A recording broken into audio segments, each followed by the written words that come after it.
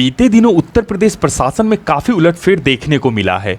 21 IAS अफसरों के तबादले हुए। इसके तहत मध्यांचल विद्युत वितरण निगम लिमिटेड के प्रबंध निदेशक भवानी सिंह खंगारौत ने अपना पदभार संभाला है।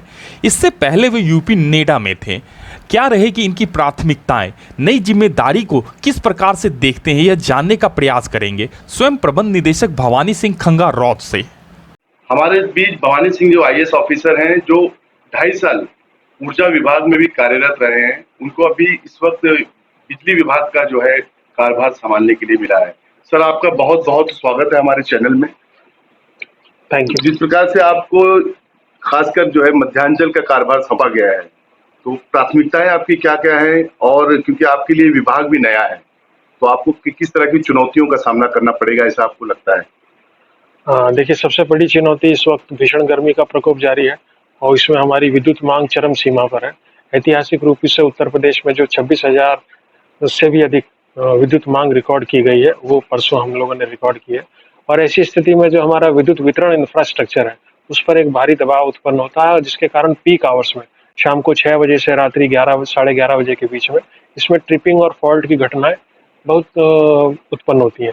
तो सबसे पहली प्राथमिकता है कि इस प्रकार की घटनाएं न उत्पन्न हो, उसके लिए क्या प्रिवेंटिव मेजर्स लिए जाए, और उसके बाद अगर इस प्रकार की कोई घटना उत्पन्न हो गई तो उससे उपभोक्ताओं को, नागरिकों को न्यूनतम परेशानी उठानी पड़े, इसके लिए रिस्पांस टाइम कैसे मिनिमाइज किया जाए, इसके ऊपर हम लोगों ने कार्य प्रारंभ कर दिया और इस वक्त सबसे बड़ी प्राथमिकता यही है।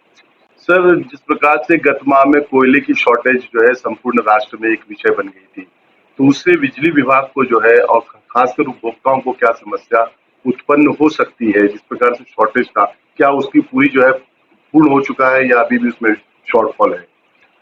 हाँ, जैसा मैंने आपसे अनुरोध किया कि प्रदेश का अब तक का अधिकतम विद्युत मांग रिकॉर्ड की गई, उसको हमने 100% पूरा किया।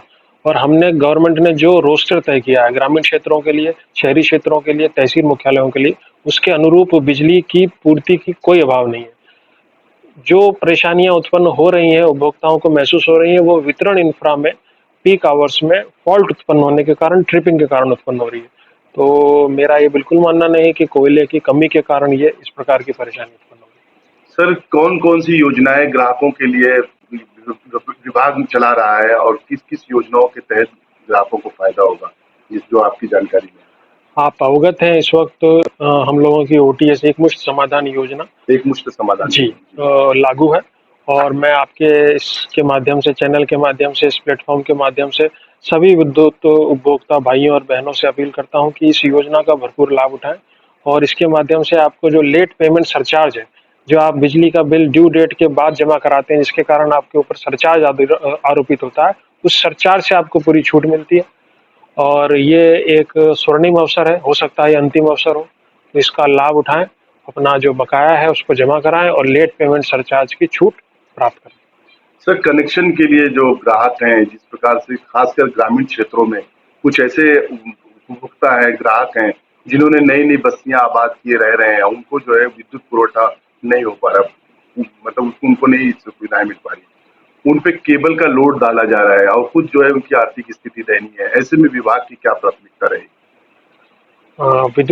नए विद्युत उपभोक्ताओं को विद्युत कनेक्शन जारी करने के लिए झटपट पोर्टल माध्यम से जो व्यवस्था लागू की गई है, उसको न्यूनतम समय में, तय समय सीमा के अनुसार कनेक्शन उपलब्ध कराने की प्राथमिकता है। और एक एक उपभोक्ता, एक एक संभावित उपभोक्ता विभाग के लिए, निगम के लिए महत्वपूर्ण है। जहाँ कहीं चुनौतियां हैं, परेशानियां हैं, किसी सामग्री के समय पे कहीं किसी पर्टिकुलर लोकेशन पर न पहुंचने के कारण लॉजिस्टिकल जो समस्या है, उनको हम एनालाइज कर रहे हैं, समीक्षा कर रहे हैं और उनको दूर करेंगे।